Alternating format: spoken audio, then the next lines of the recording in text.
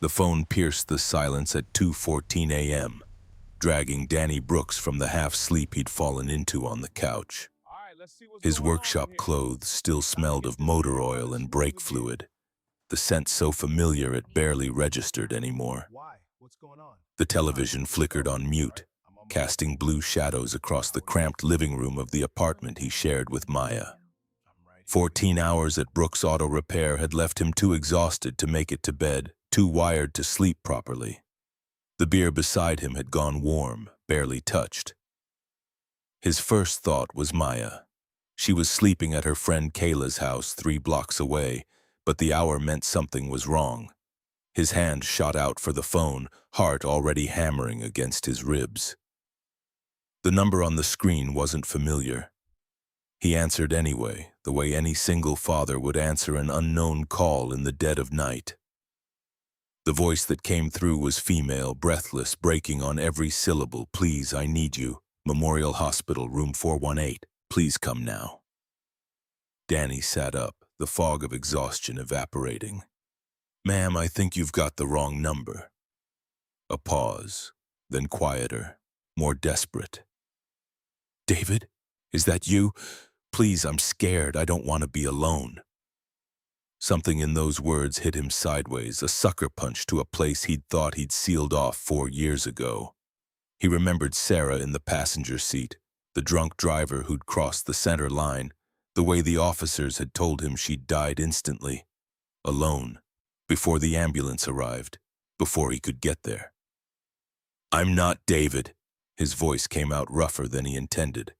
"But I can come. Just hang on, okay?" The line went dead. Danny stared at his phone, his mechanic's hands still grease-stained despite the scrubbing he'd done before leaving the shop. 20 years of working on engines had left permanent reminders under his fingernails, in the creases of his palms. He looked at the framed photo on the bookshelf.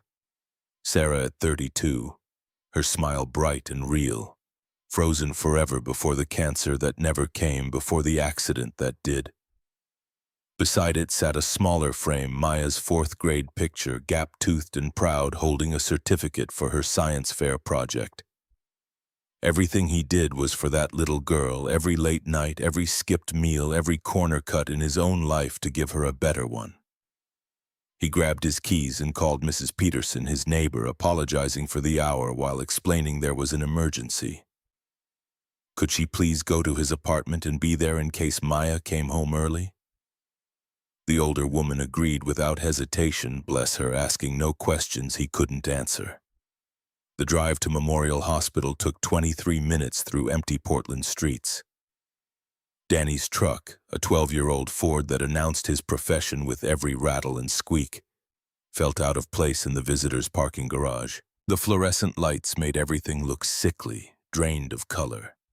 He followed the signs to the 3rd floor, his work boots echoing on the polished tile.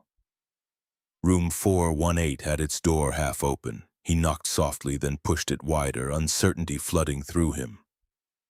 What was he doing here? Racing across the city for a woman who dialed the wrong number, who thought he was someone named David, who needed help he had no business providing. Then he saw her. She lay against the stark white sheets, copper-red hair spread across the pillow, her skin so pale it almost disappeared into the hospital linens. She couldn't have been more than 32, 33, with delicate features sharpened by illness. The IV line snaked from her arm to a bag of clear fluid. The steady beep of monitors provided a rhythm to her breathing. When she opened her eyes and saw him, confusion crossed her face, followed by something that might have been disappointment. "You're not David." "No, ma'am. I'm Danny. You called my number by mistake." Her expression shifted again, this time to something he couldn't quite read. Embarrassment, maybe, or relief. "I'm sorry, I must have transposed the digits. I wasn't thinking clearly. You sounded scared." Danny stayed by the door, giving her space, aware of how this must look. A stranger in her hospital room at 2:30 in the morning. I couldn't just hang up when someone sounded like that. She studied him for a long moment, taking in his oil-stained work clothes, his tired eyes, the way he held himself at a respectful distance. Then she did something he didn't expect. She laughed. It was a small sound, broken by exhaustion or medication, but real. My name is Harper Ashford, and apparently the universe decided to send me a guardian angel instead of my worthless ex-boyfriend. The name registered somewhere in the back of Danny's mind. Ashford Media Group, the telecommunications company that had been in the news lately for acquiring several smaller firms. He'd seen the headlines but paid little attention. Business empires existed in a different universe from auto repair shops. Harper pushed herself up slightly against the pillows, wincing with the effort. David and I broke up 3 weeks ago. When the doctors told me tonight might be difficult, I called him anyway. Stupid, right? Her bitter smile didn't reach her eyes, and Danny found himself moving closer despite his better judgment, pulling the visitor's chair to her bedside. Do you want me to call someone else for you? Family, maybe, or another friend? Harper shook her head, her expression hardening into something more composed. No family. My father died last year. My mother remarried and lives in France. And friends, the kind of friends I have, aren't the middle-of-the-night emergency type. Before Danny could respond, a doctor entered, a tall woman with steel-gray hair and efficient movements. Her eyebrows rose slightly at Danny's presence. Ms. Ashford, your latest results aren't what we hoped. We need to adjust your treatment plan immediately. Harper's face remained impassive, but Danny saw her hand clench the sheet, knuckles going white. The leukemia is advancing more aggressively than we anticipated. Dr. Sullivan turned to Danny, her expression questioning. And you are? Danny Carter. I'm a friend of Harper's. The lie came easily, smoothly, surprising him with how natural it felt to claim connection to this woman he'd met 5 minutes ago. Dr. Sullivan nodded, seemingly satisfied. Well, Mr. Carter, your presence is fortunate. Patients with support systems tend to respond better to treatment. In the hallway, the doctor's professional facade softened slightly. Ms. Ashford has acute myeloid leukemia. We've been treating her for 3 months, but tonight's results show the cancer is becoming resistant to our current approach. We're moving to a more aggressive protocol immediately. She paused, meeting Danny's eyes with the kind of directness that comes from delivering bad news too many times. I need to be frank. The next 48 hours will be critical. Her body is weakened from previous treatments, and this transition period carries significant risk. Danny absorbed the information, trying to process what he was hearing. So when she said she was afraid, she had good reason. The oncology team will start the new treatment within the hour. Dr. Sullivan checked her watch. I understand you're not family, but since you're here and she wants you to stay, your presence could help. Emotional state affects physical resilience. Danny nodded, feeling the weight of an unspoken promise settling over him. I'll stay as long as she needs. Back in the room, Harper looked smaller somehow, more vulnerable than she had minutes before. The professional mask had slipped, revealing the fear beneath. Did Dr. Sullivan give you the critical condition speech? Most people run for the exits after that one. I'm not most people. Danny settled into the chair again, surprising himself with his own certainty. Harper studied him with new interest. So, Danny Carter, tell me how a mechanic ends up answering wrong numbers at 2 in the morning. My daughter Maya is 10. The answer came without hesitation, the simple truth around which his entire life orbited. Everything else is just details. Something in Harper's expression softened. Tell me about her. And so he did. For the next hour, as nurses came and went preparing for the new treatment protocol, Danny talked about Maya, about her robotics project that had won second place at the district science fair, about her obsession with building things despite being too young to understand half the concepts, about her struggle with math but her gift for spatial reasoning, about the weekly movie nights they'd maintained religiously since Sarah died, their sacred tradition that nothing interrupted. In return, Harper shared fragments of her own life, the pressure of being Ashford Media's sole heir after her father's death, the board members who questioned her every decision, the ex-boyfriend who couldn't handle her diagnosis, the friends who disappeared when cancer made her less fun at parties. It was strange how easily conversation flowed between them. Two people from entirely different worlds connected by nothing more than a misdirected phone call and the quiet intimacy that sometimes emerges in hospital rooms at ungodly hours. The doctors say I might not make it through the night. Harper's voice was matter-of-fact, but her eyes betrayed her fear. That's why I called David. I didn't want to die alone. Danny felt something shift in his chest, a recognition of what it meant to face the darkness without anyone beside you. Then I'll stay. No one should be alone for this. What he couldn't have known was that his decision to stay that night would set in motion a chain of events that would lead to blackmail, betrayal, and eventually something neither of them anticipated. Harper survived the night, defying her doctor's predictions. When morning came, the critical period had passed, her body responding to the new treatment protocol better than anyone expected. She'd asked Danny for his number, a deliberate exchange this time, not a wrong number in the dark. I don't know how to thank you. Her voice was stronger than it had been hours before. Most people wouldn't have come. Danny stood to leave, aware that he had a daughter to pick up and a transmission to rebuild. Most people haven't been where I've been. Take care of yourself, Harper Ashford. He walked out of the hospital thinking that was the end of their strange encounter, that he would return to his complicated life and she would return to hers, two ships passing in a very unusual night. He couldn't have been more wrong. 3 days later, as Danny was closing up Brooks Auto for the evening, a sleek Mercedes Maybach pulled into the lot. The driver, a stern-looking man in a suit that probably cost more than Danny's monthly rent, approached with an envelope.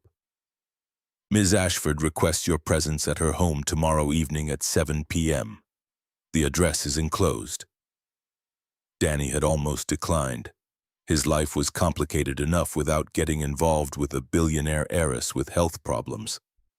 But curiosity won out, and if he was honest with himself, concern for Harper. The Ashford estate was everything he'd expected and more. A sprawling mansion overlooking the city with manicured gardens and security that made Fort Knox look casual.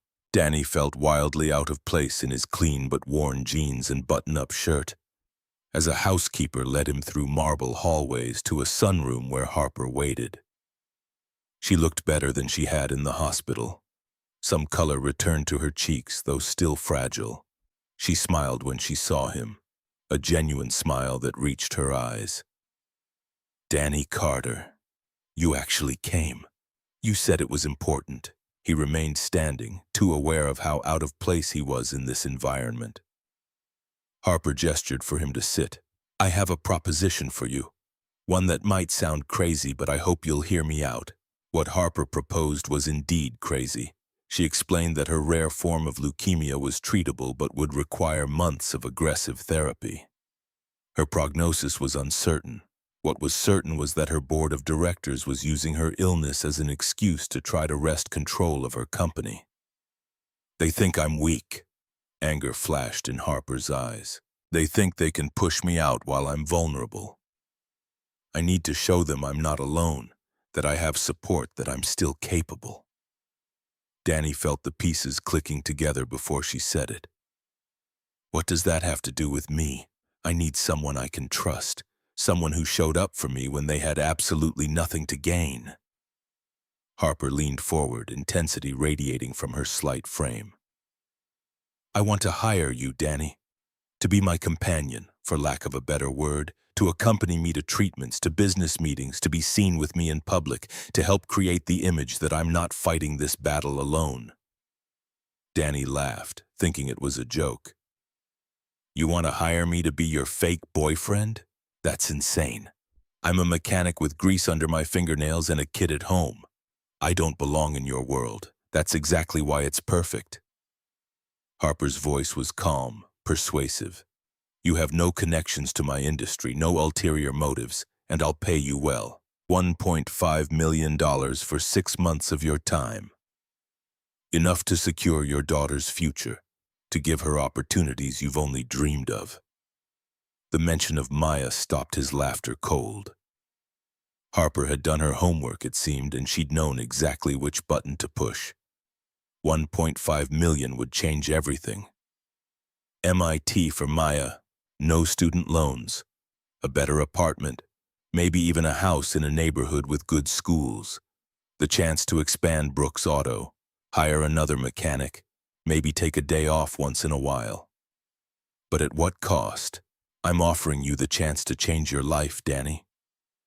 Harper's voice was soft but persuasive. All you have to do is stand by my side while I fight for mine.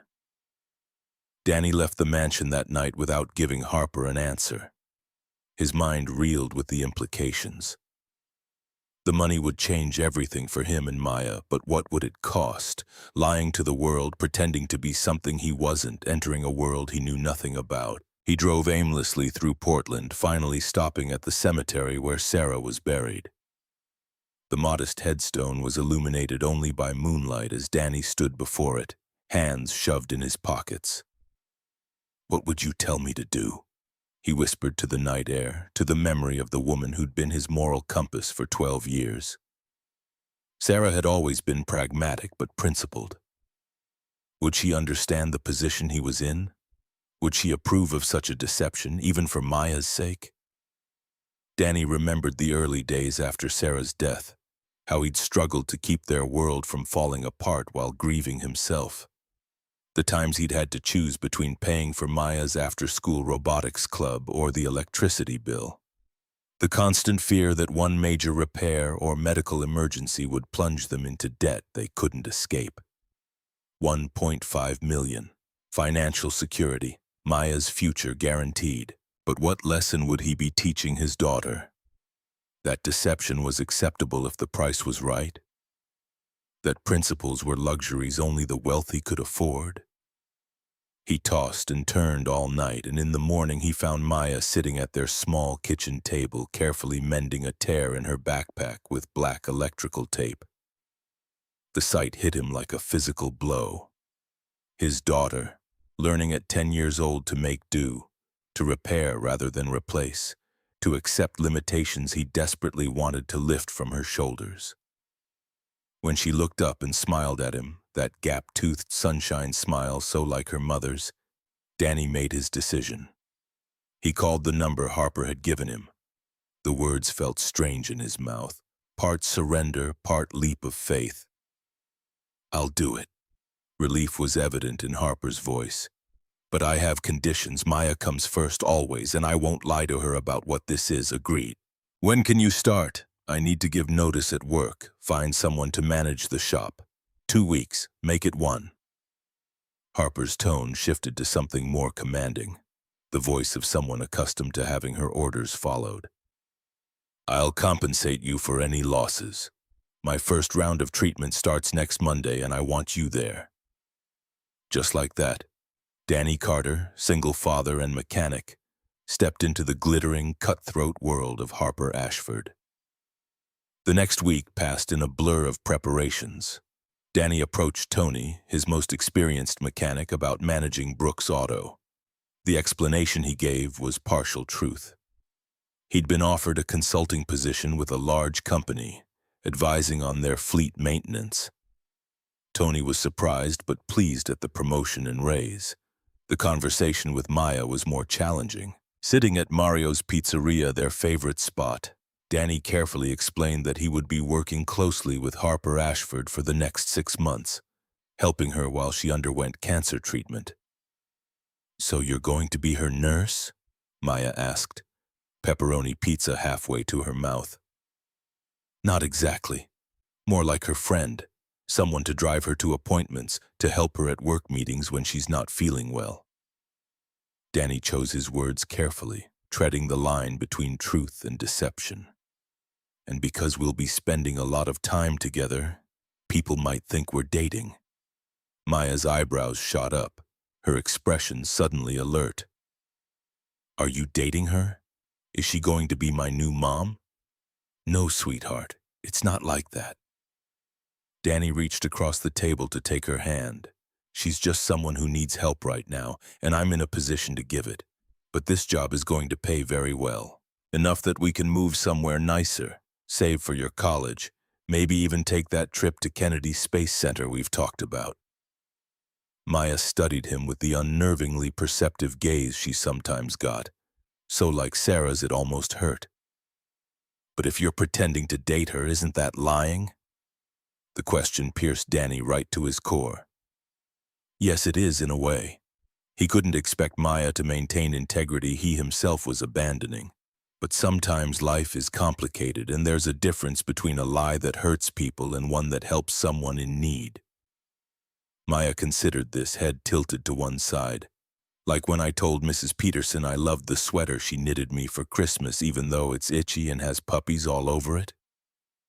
Despite the seriousness of the conversation, Danny laughed. Something like that. The important thing is that you know the truth.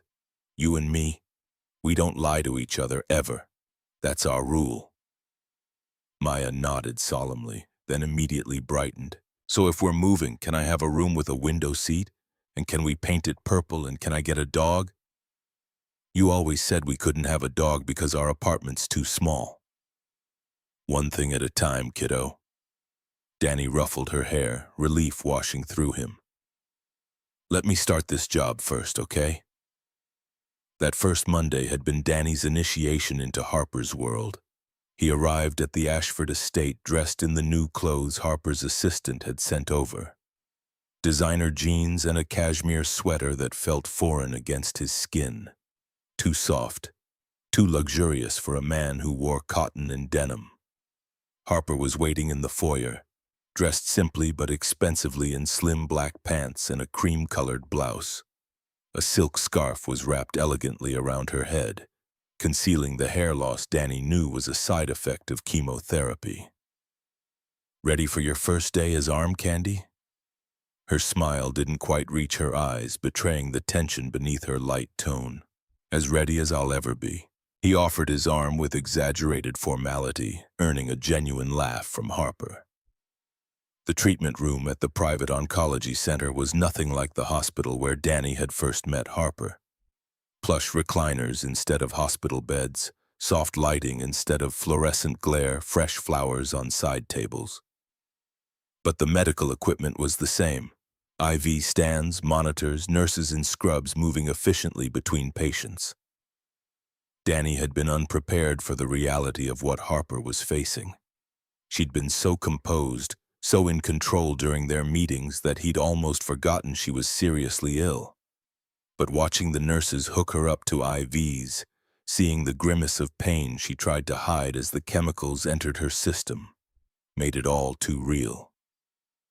You don't have to stay in the room. Harper noticed his discomfort. Most people know who I am.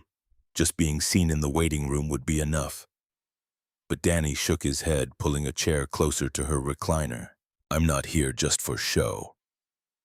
For the next 3 hours, as chemicals designed to kill the rogue cells in her body dripped into her veins.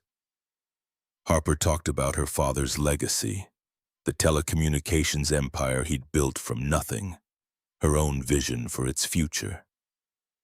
Danny listened, asked questions, watched as talking about her passion brought color back to her cheeks.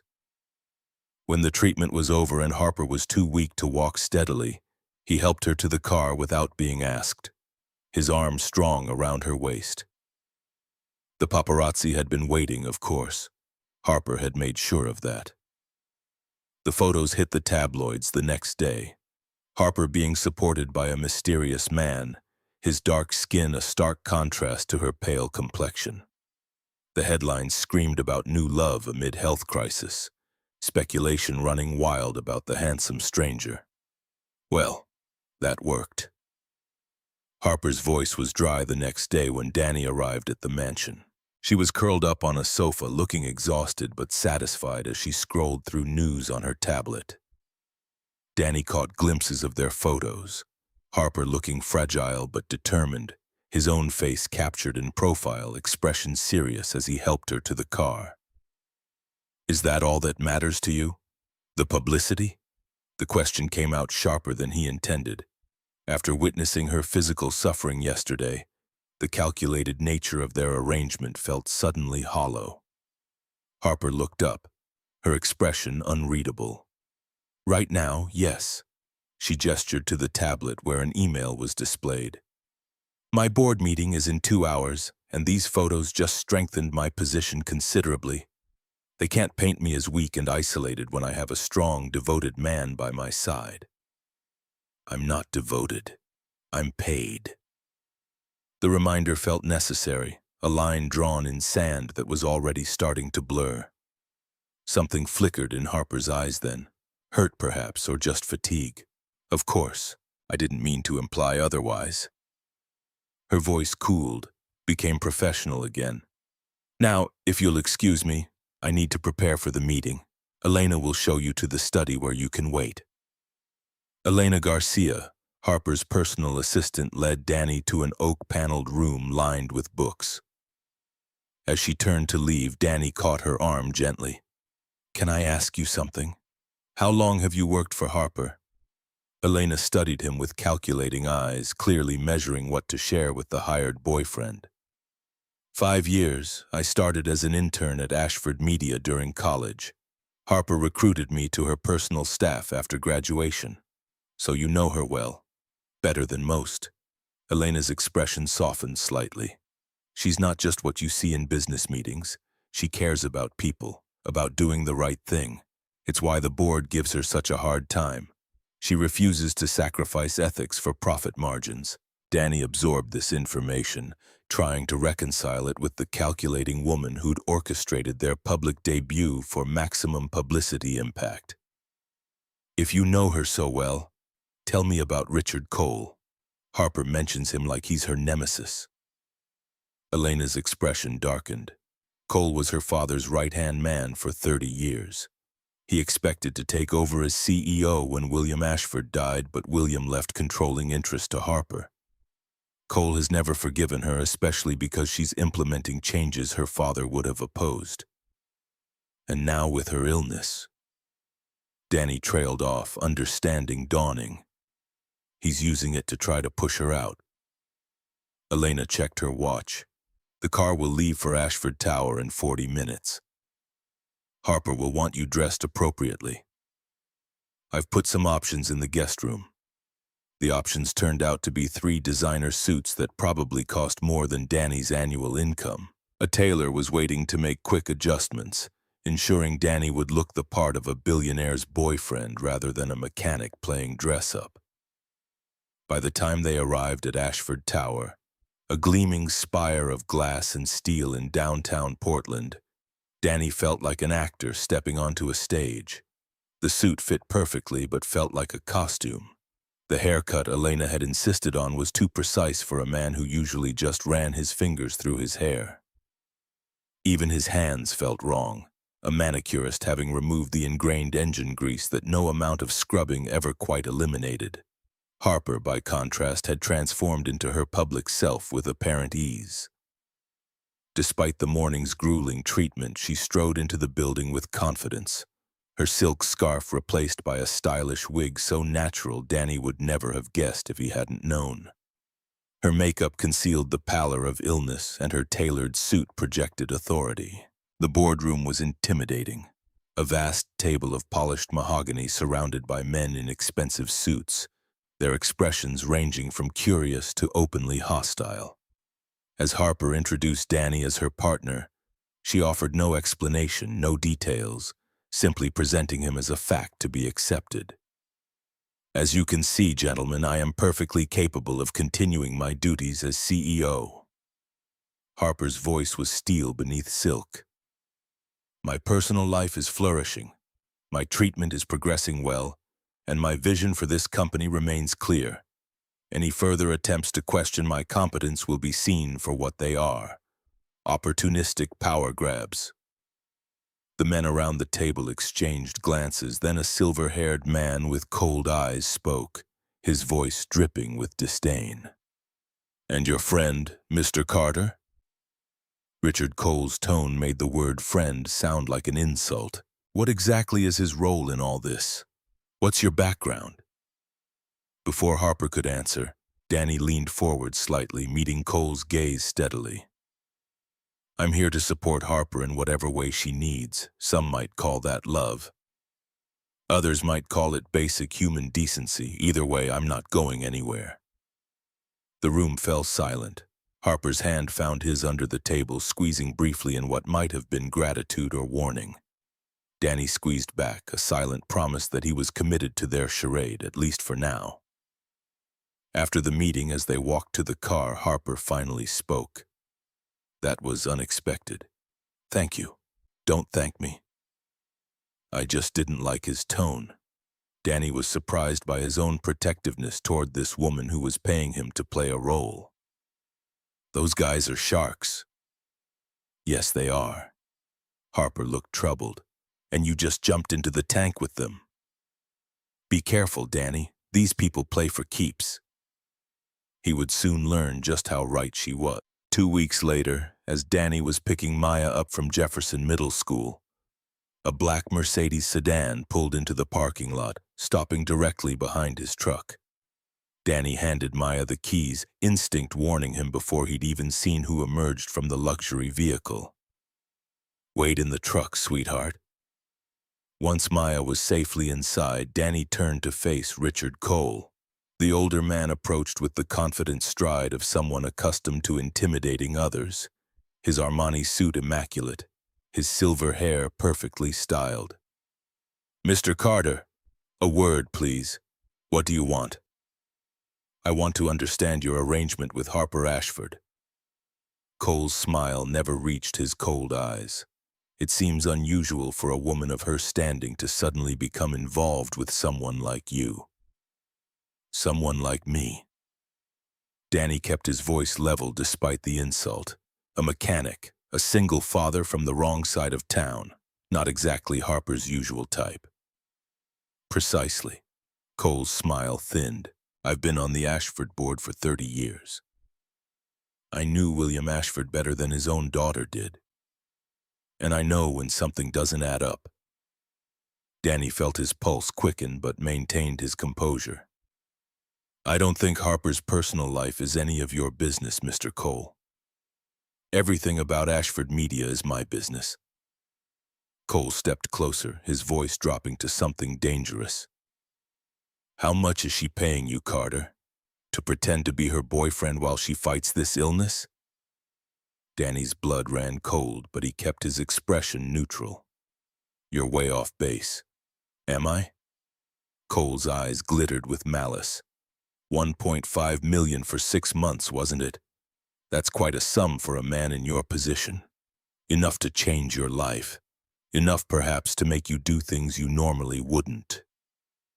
Danny stepped closer, his voice low and firm.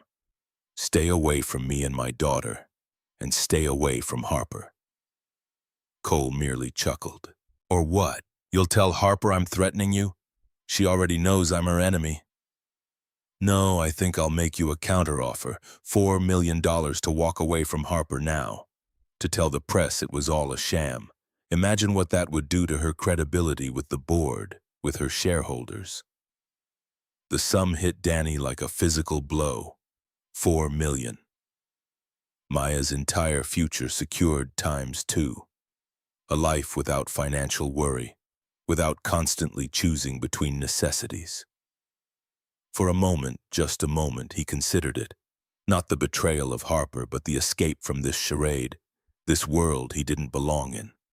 Then he thought of Harper fighting for her life and her legacy simultaneously, of the woman who'd called the wrong number in her darkest hour and found someone who cared enough to show up. "You're trying to destroy her. I'm trying to protect Ashford Media from a woman too emotional, too ill to lead it properly." Cole's voice hardened. William understood that business requires a certain detachment. Harper has never learned that lesson. Danny turned away, heading for his truck where Maya waited. Not interested. 4 million, Carter. Cole called after him. Think about your daughter. What kind of father would turn down that kind of security for his child? Danny stopped, his hand on the truck door. For one terrible moment, the question burrowed into every doubt he'd ever had about himself. Every fear that he wasn't enough for Maya, that she deserved more than what he could give. The kind of father who wants his daughter to be proud of him. He got into the truck without looking back. Maya looked up from her book as he started the engine, her expression curious. Who was that man, Dad? Someone who thought he could buy something that isn't for sale. Danny forced a smile, trying to hide the turmoil beneath. How was school today, kiddo? That night, after Maya was asleep, Danny called Harper. They needed to talk, he said, in person, not over the phone where conversations could be monitored. She suggested he come to the mansion, but Danny insisted on neutral ground, a small cafe near his apartment, the kind of place Cole's type would never frequent. Harper arrived looking oddly vulnerable in jeans and a simple sweater, her silk scarf replaced by a knit beanie. Without the armor of designer clothes and perfect makeup, she could have been any young woman meeting a friend for coffee, not the heiress to a billion-dollar empire. Cole approached me at Maya's school. Danny's voice was tight with controlled anger as he relayed the encounter. He offered me 4 million to walk away and tell everyone our relationship is fake. Harper's face paled with fury. That crosses a line. He knows about our arrangement. He knows everything. The amount, the timeline, probably has copies of our contract. Danny leaned forward, aware of other patrons nearby. This is getting dangerous, Harper. He's willing to use my daughter to get to you. For a long moment, Harper was silent, stirring her untouched tea. And you turned him down. Her voice was carefully neutral. Even though it was nearly 3 times what I'm paying you. Of course I did. The words came out harder than Danny intended, frustration bleeding through. Did you think I'd take it? I don't know. Harper's eyes finally met his, searching for something he couldn't identify. It would have been the smart play financially. No one could blame you. Is that all you think this is about? The money? Isn't it? Harper's voice was quiet. That's why you agreed to this in the first place. Danny ran a hand over his face, exhaustion and confusion warring inside him. I agreed because you needed help and I was in a position to give it. The same reason I showed up at that hospital room. The money matters, I won't lie about that, but it's not everything. Something shifted between them in that moment. A recognition, perhaps, that their arrangement had evolved into something neither had anticipated. Harper reached across the space between them, her fingers brushing his. Thank you for being someone I can trust. The words hung in the air between them, heavy with meaning neither was ready to fully acknowledge. Outside the cafe window, Portland's rain began to fall, blurring the streetlights into halos of gold against the darkness. Danny looked at this woman who'd accidentally called him in her moment of greatest need, at the connection that had formed from nothing more than a wrong number and desperation, and felt the careful boundaries he'd constructed beginning to dissolve. Money can't buy someone who shows up at 2 a.m. for a stranger. He heard himself echo her words from their first meeting, understanding for the first time what she'd really meant. We fight back together. Stand tall, work hard, keep your word. That's what real men do, my father taught me that. His voice was firm now, certain. Cole wants to make this about transactions and calculations. We show him it's about something he can't understand or buy. Harper's smile in that moment was worth more than any contract they'd signed. Tomorrow we go public with the truth, on our terms. No more hiding, no more halfway measures. As Danny drove home through the rain-slick streets, he thought about the path he'd chosen, the lie he was living for a truth he hadn't expected to find. Maya was asleep when he checked on her, her robotics project half-assembled on her desk, blueprints scattered across her homework. Everything he did was for her. But somewhere in the past few weeks it had also become about Harper, about standing beside someone when the world tried to knock them down, about proving that some things mattered more than money or status or the color of skin or the weight of a bank account. The next morning would bring new challenges, he knew. Cole wouldn't stop, the board wouldn't relent, and the truth they were about to tell would open them up to scrutiny neither might survive. But as Danny fell asleep that night, Sarah's photo watching over him in the darkness, he felt something he hadn't felt in 4 years. Purpose beyond survival, connection beyond necessity, and the faint stirring of something that might, given time and trust, become real. The press conference was scheduled for 9 a.m. at the Ashford Tower Media Center, a sleek auditorium designed for exactly these kinds of corporate announcements. Danny arrived early, his suit feeling less foreign now after 3 weeks of wearing it like armor. Harper met him in the green room, her makeup artist applying the final touches that would conceal how little she'd slept. Elena handed them both tablets loaded with talking points, but Harper set hers aside immediately. No scripts today, we tell it straight. The room filled quickly with journalists from every major outlet. CNN, Bloomberg, The Wall Street Journal, local Portland stations. The energy was predatory, hungry for scandal or redemption, indifferent to which. Harper took the podium with the same confidence she brought to board meetings, but Danny could see the tremor in her hands as she gripped the edges. He stood 3 feet behind her, visible but not intrusive, a steady presence. Thank you all for coming. Harper's voice carried clearly through the speakers, betraying none of her nerves. I'm here to address the recent speculation about my personal life and my relationship with Danny Carter. The room went silent, recorders raised, cameras focused. It's true that Danny and I met under unusual circumstances. I was alone in a hospital room, facing a terrifying diagnosis, and I called what I thought was my ex-boyfriend's number. It was Danny's number instead. And despite being a complete stranger, despite having every reason to ignore a wrong number at 2 in the morning, he came. She paused, letting that sink in. The journalists were rapt now, sensing something different from the usual corporate damage control. After that night, yes, I made Danny a business proposition. I hired him to be my companion during my illness. I needed someone I could trust, someone with no connections to my industry, someone who had already proven he would show up when it mattered. Harper's voice grew stronger, more assured. But what I didn't expect, what neither of us expected, was how quickly this arrangement would become something real. How a transaction on paper would transform into something true. Danny felt dozens of eyes shift to him, cameras swinging to capture his reaction. He kept his expression steady, supportive, even as his pulse hammered against his ribs. I won't apologize for how we started. Sometimes people need each other in unconventional ways. What I will say is this: Danny Carter is the most honest man I've ever met. And if our relationship began as a contract, it has become something neither of us can define with paperwork.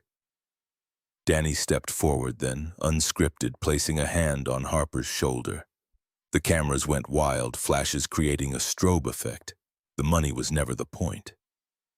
His voice cut through the commotion, commanding attention in a way that surprised him. The point was that sometimes people need other people. Billionaire heiresses, single dads from the wrong side of town, it doesn't matter. We all need someone to show up when we're scared. The questions erupted like a dam breaking, but Harper raised a hand.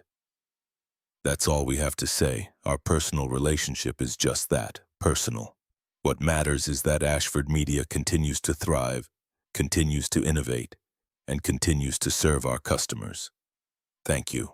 They walked out together, ignoring the shouted follow-ups, the demands for more details. In the elevator descending to the parking garage, Harper finally exhaled, her composure cracking slightly. That went better than expected. Danny watched the numbers tick down. Twitter's probably exploding right now. He was right. By noon, #WrongNumberLove was trending nationally. The narrative had shifted overnight from scandal to modern fairy tale. Op-eds appeared defending unconventional relationships, praising Harper's transparency, speculating about the authenticity of their connection. But not everyone was convinced. Maya came home from school that afternoon with a permission slip for a field trip and a black eye forming on her left cheek. Danny's heart stopped when he saw it. What happened? She tried to brush past him, heading for her room, but he caught her gently by the shoulders. Maya, what happened? Her face crumpled then, tears spilling over. Some kids at lunch were talking about the press conference, saying you're a liar, that you're just using Harper for money. Brandon Williams said you're a... She couldn't finish, the word too ugly for her to repeat. Danny felt rage and helplessness war inside him. Did Brandon do this? Maya shook her head. I hit him first. He called you something bad and I just couldn't let him say it, Dad. So I punched him and he punched back, and now Principal Morrison wants to see you tomorrow. Danny pulled her into his arms, feeling her shake against his chest. You shouldn't have hit him, but I understand why you did. The next morning, sitting across from Principal Janet Morrison, Danny listened to the account of the cafeteria incident. Brandon Williams had a bloody nose, Maya had a suspension, and the other boys' parents were threatening legal action. Mr. Carter, I understand this is a difficult time for your family. Principal Morrison's expression was sympathetic but firm. The media attention on your relationship has created complications for Maya. Perhaps it would be best if she took a few days off, let things settle down. You're asking me to pull my daughter out of school because other kids are bullying her? I'm suggesting a cooling off period. Morrison folded her hands on her desk, for everyone's benefit. Danny stood, anger barely contained. My daughter defended my name because someone said something racist and cruel. She shouldn't have resorted to violence, and she'll face the consequences for that. But I won't pull her out of school like she did something wrong. That evening, as Danny helped Maya with her homework suspension assignment, his phone buzzed. Harper asking if they could talk.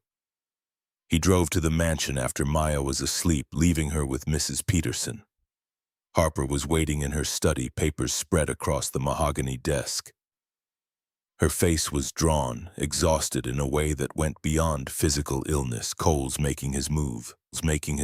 She gestured to an email on her screen. He's calling for a vote of no confidence at next Monday's board meeting.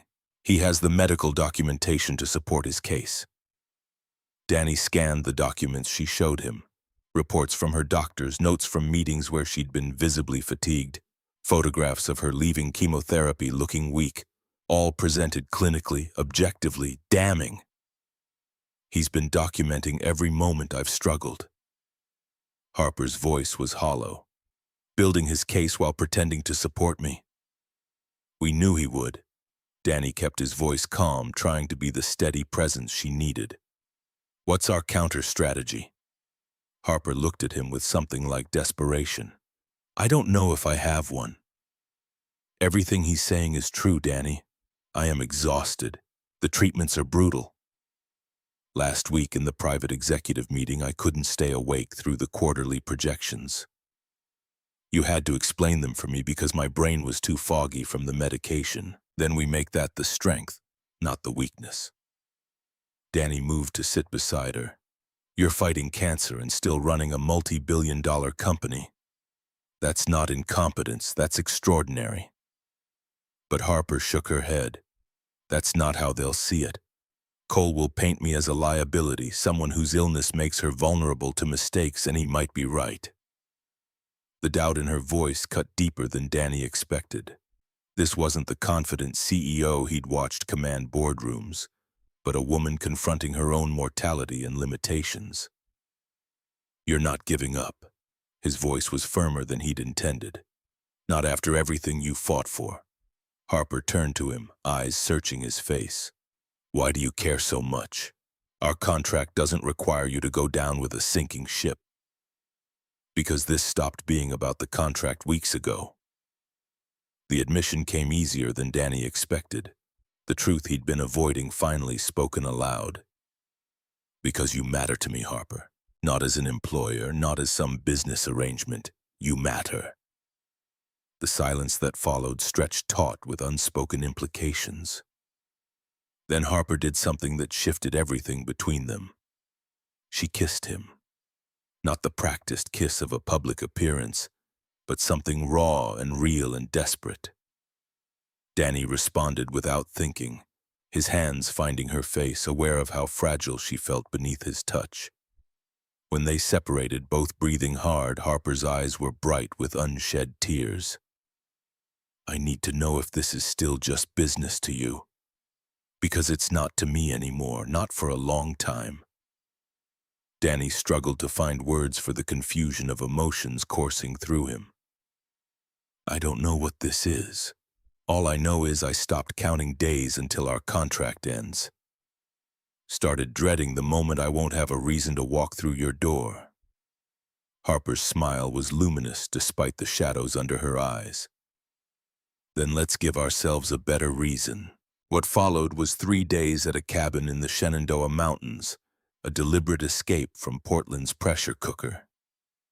Maya came with them, thrilled at the prospect of hiking and fishing, oblivious to the adult tensions humming beneath the surface. But the mountain air worked its magic. Harper taught Maya watercolor techniques on the cabin's deck, their heads bent together over paper, sunlight catching the copper red of Harper's wig. Danny watched them from inside, making lunch, seeing a future he hadn't dared imagine taking shape before him. That evening, after Maya fell asleep in the loft, Danny and Harper sat on the deck overlooking the darkened lake. The silence between them was comfortable now, familiar. I've been thinking about what happens next. Harper's voice was soft, contemplative. After the vote, whether we win or lose, our arrangement technically ends in 2 weeks. Danny waited, sensing she needed to navigate this conversation at her own pace. I'd like to renegotiate the terms. Her tone shifted to something almost formal, the defensive mechanism she used when approaching emotionally dangerous territory. Not the financial aspect, but the parameters, the expectations, the duration. Understanding dawned slowly, then all at once. She was offering continuation, extension, permanence, but framing it in business language because she feared rejection if she spoke plainly of feelings.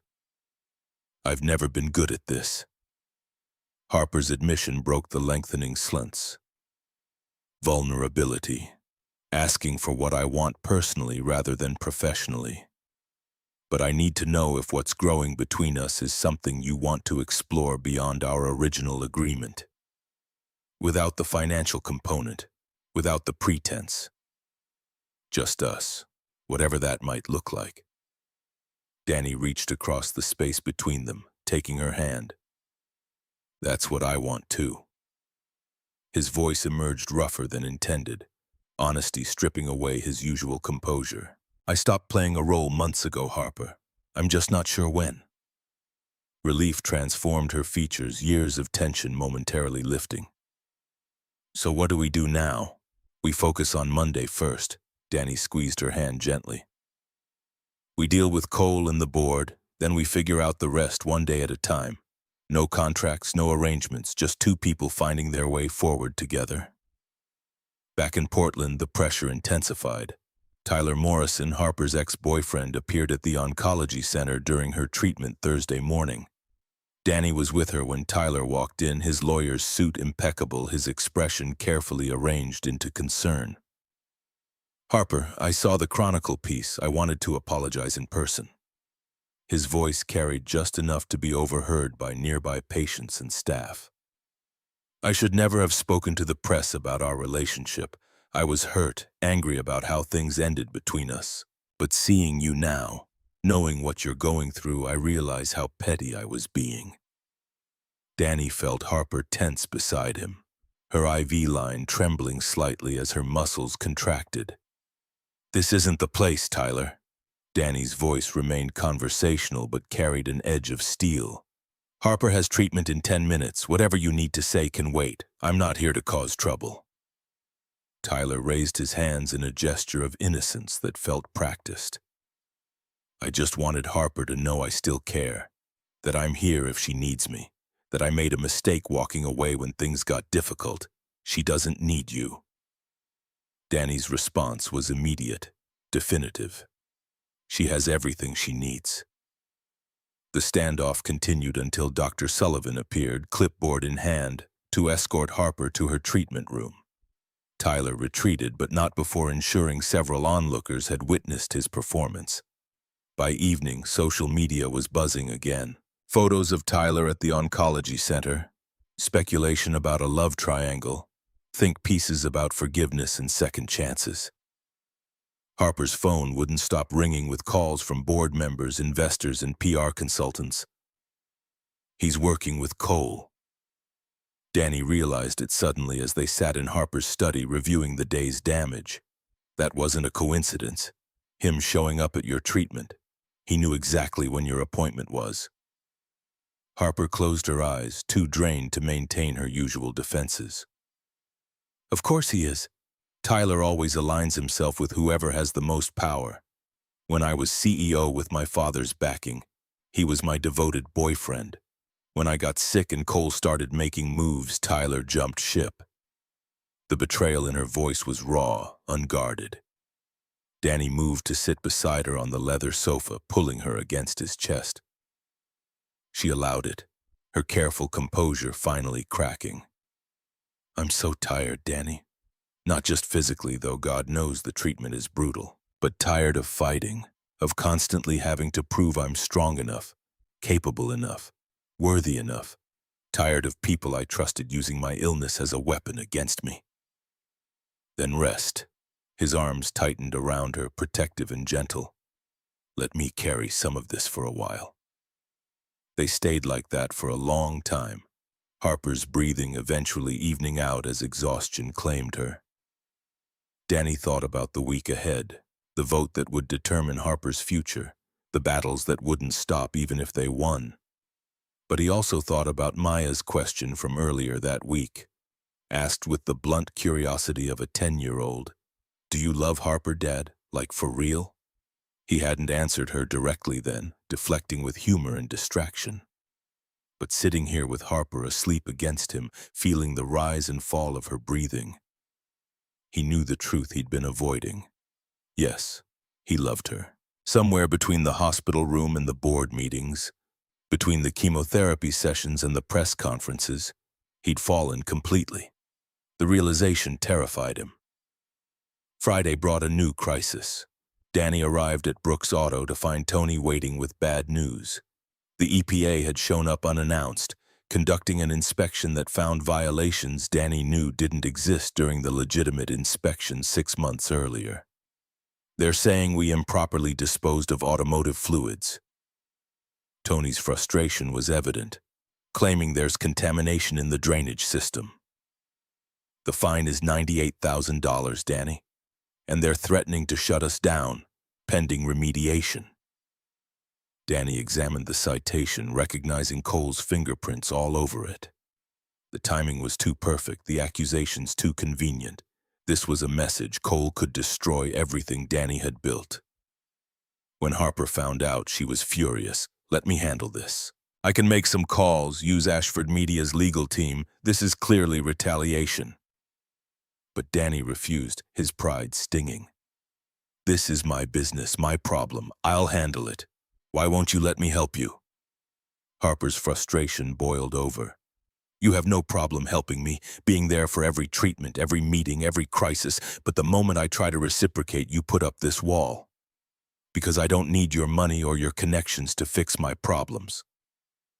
The words erupted with unexpected force, revealing a fissure in their relationship neither had fully acknowledged.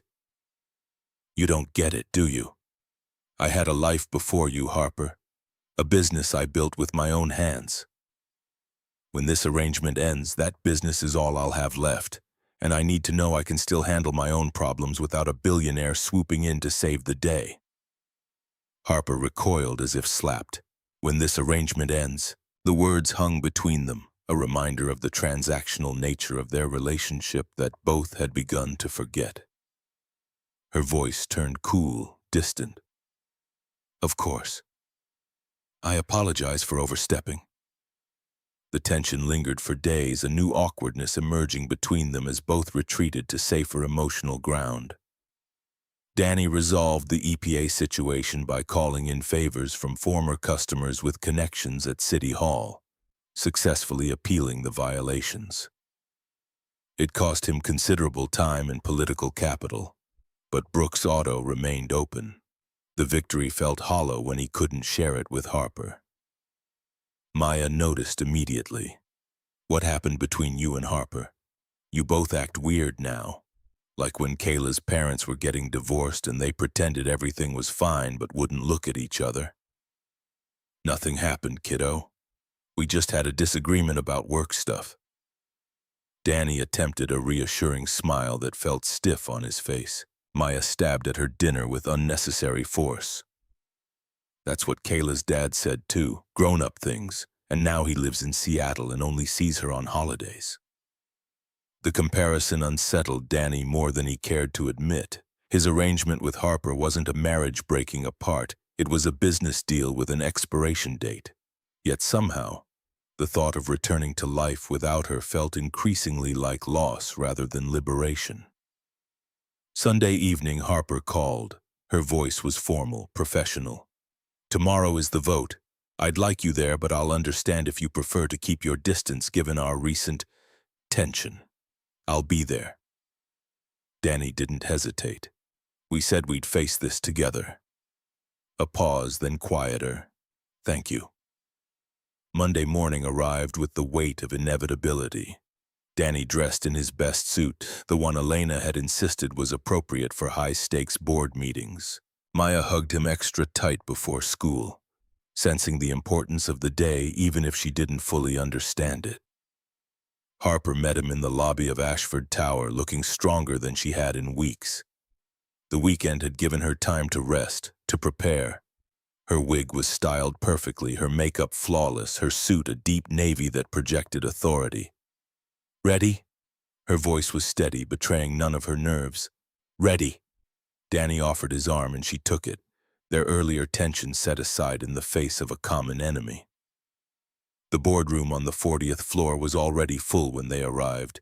22 directors seated around the massive table, Richard Cole at the far end, his silver hair gleaming under the recessed lighting. His expression when he saw Danny was one of barely concealed contempt. "Shall we begin?" Cole's voice was smooth, controlled. "We're here to address concerns about Ms. Ashford's capacity to continue as CEO given her ongoing health challenges." For the next 45 minutes, Danny watched as Cole methodically built his case. Medical records showing Harper's declining white blood cell counts. Video clips of her appearing confused during a live interview. Email chains where she'd made uncharacteristic errors. Testimony from executives about meetings where she'd struggled to maintain focus. It was devastating in its thoroughness, damning in its objectivity. Then Tyler Morrison was called to give testimony. He entered the boardroom looking appropriately somber, taking a seat at Cole's right hand. "Mr. Morrison, you were in a relationship with Ms. Ashford for 3 years. Cole's voice was gentle, sympathetic. "Can you speak to her mental state in recent months?" Tyler's performance was masterful. He spoke of Harper's emotional volatility, her paranoia about board members, her increasingly erratic decision-making. He described finding her talking to herself late at night, calling out for her deceased father, unable to distinguish past from present. It was all lies or twisted half-truths, but delivered with such conviction that Danny saw several board members exchanging troubled glances. "And her relationship with Mr. Carter?" Cole gestured to Danny. "How did that begin?" Tyler's eyes met Danny's across the table, challenging. Harper became fixated on this idea that everyone was abandoning her. When I tried to give her space to focus on her treatment, she interpreted it as betrayal. She hired Mr. Carter as, well, I suppose the term is emotional support, someone she could control through financial means. The implication was clear. Harper was so unstable she had to pay someone to pretend to care about her. Danny felt rage building behind his ribs, but Harper's hand on his arm kept him silent. Not yet. They needed to let Cole think he was winning. The first vote came, 11-11, a perfect tie. Cole needed 12 votes to force Harper out. Cole smiled then, confident and cold. Before we vote again, I'd like to submit one final piece of evidence. He signaled to his assistant, who began playing a video on the large screen. It showed Harper in what appeared to be her home office, clearly under the influence of medication. Her words slurred as she berated invisible board members. She called Danny by Tyler's name, then David, then some other name Danny didn't recognize. She ranted about conspiracies, about her father's ghost giving her advice, about people who didn't exist. It was the final nail in the coffin, and Cole knew it. The room fell silent except for the video's audio, Harper's voice growing more incoherent as the footage continued. Danny watched her face pale, watched her realize that Tyler had been recording her during her most vulnerable moments, building ammunition for exactly this scenario. The situation felt impossible, the kind of checkmate where no moves remained. Then Danny stood, drawing every eye in the room. Before you vote again, I'd like 5 minutes of your time. Cole's smile tightened, the first crack in his confidence. Mr. Carter has no standing in these proceedings. He's not an executive, not a board member, not even an employee of Ashford Media. But he is my partner. Harper's voice was quiet but firm, and I'd like to hear what he has to say. Danny pulled out his laptop, connecting it to the room's display system. Elena had provided him with this information 3 days ago, once she'd finally chosen which side of history she wanted to be on. Mr. Cole has spent considerable time documenting Miss Ashford's struggles. Danny kept his voice level, professional. What he failed to mention is his own activities during this same period. The first email appeared on the screen. Correspondence between Cole and Apex Capital, a private equity firm known for hostile takeovers. The thread discussed acquiring Ashford Media at a substantial discount, with Cole receiving a $65 million consulting fee. That's taken out of context. Cole's voice rose slightly, composure cracking. Those were preliminary discussions about potential strategic partnerships. Danny clicked to the next document, bank records showing Cole had already received a $5 million advance payment from Apex. The room erupted in murmurs. Several board members leaned forward, reading the documents with new interest. You've been selling us out. Margaret Chen, the longest-serving board member after Cole, spoke with quiet fury, planning to tank Harper's leadership so Apex could buy the company for pennies on the dollar. Cole stood, his face flushing. This is a fabrication. Where did you even get these documents? Harper rose then, her voice cutting through the chaos. From my father's files. William Ashford was many things, but he wasn't naive. He knew exactly who you were, Richard. He just didn't have proof until the end. She nodded to Elena, who placed a sealed envelope on the table. Inside was a letter dated 6 months before William Ashford's death, outlining his suspicions about Cole and instructing Harper where to find the evidence he'd been collecting. The room fell silent as the letter was read aloud. William Ashford's voice from beyond the grave warning his daughter about the snake in their garden. The second vote wasn't even close, 20-2, with only Cole and his closest ally voting against Harper. Cole was escorted from the building by security, his protests fading as the elevator doors closed. Tyler Morrison disappeared without a word, knowing his credibility was destroyed. But Harper's victory came with a price Danny hadn't anticipated. She stood before the board, composed despite the ordeal. "Thank you for your confidence in my leadership. I won't let you down." Then she added, "However, I have an announcement. Effective immediately, I'm stepping down as CEO of Ashford Media." The room erupted again, confusion and concern rippling through the directors. Harper raised a hand for silence. "I'll remain as board chair, focusing on long-term strategy and vision. But the day-to-day operations will be handled by Elena Garcia, who I'm nominating as the new CEO." Her eyes swept the room, daring anyone to challenge her. 3 months of fighting cancer while running this company taught me something important. Life is more valuable than power. I want time for myself, for the people I love, for the future I'm building outside these walls. Elena has earned this position and she'll serve you well. The press conference that followed was a media frenzy. Harper stood before the cameras, Danny beside her, and announced both her victory over Cole's attempted coup and her decision to step back from operational leadership. "Some will say this proves I was too weak to lead." Harper's voice was clear, unwavering. "But I believe it shows the opposite. It takes strength to know when to delegate, when to trust others, when to choose life over ambition. My cancer is in remission, but I'm not going to waste my second chance chasing quarterly earnings." The questions came rapid fire, but Harper deflected them with practiced ease. Finally, someone asked the question that had been hovering unspoken throughout the conference. "What about Mr. Carter?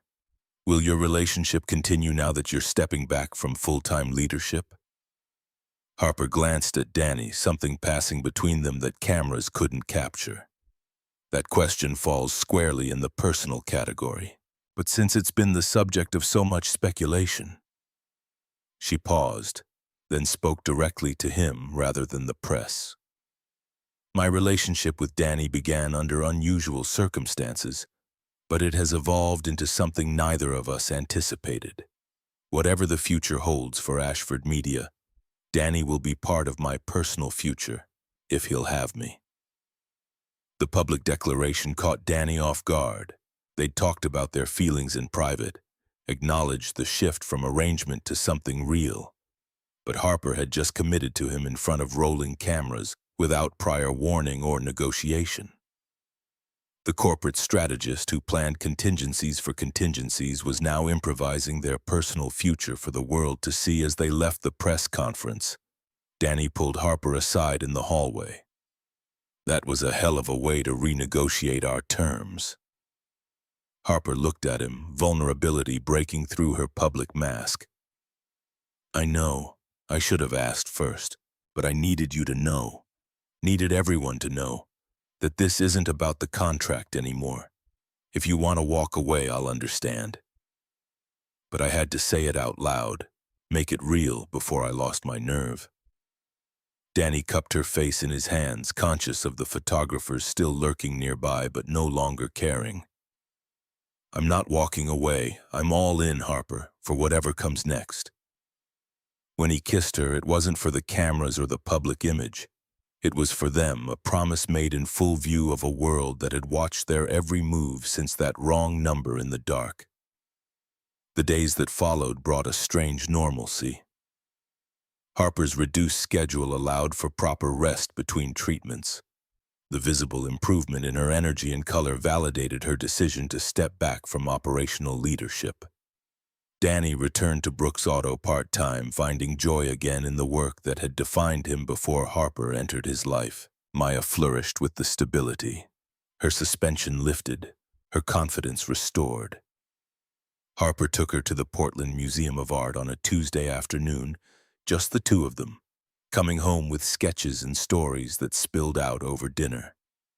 It was during one of these ordinary evenings, as Maya helped Danny cook pasta while Harper set the table, that the life they were building together crystallized into something undeniable. "This feels right." Harper spoke softly as she folded napkins, a domestic task she'd probably never done before meeting Danny. "Yeah, Danny stirred the sauce, watching Maya try to balance a spoon on her nose. It does, but underneath the contentment, questions lingered. The contract was expiring in a week.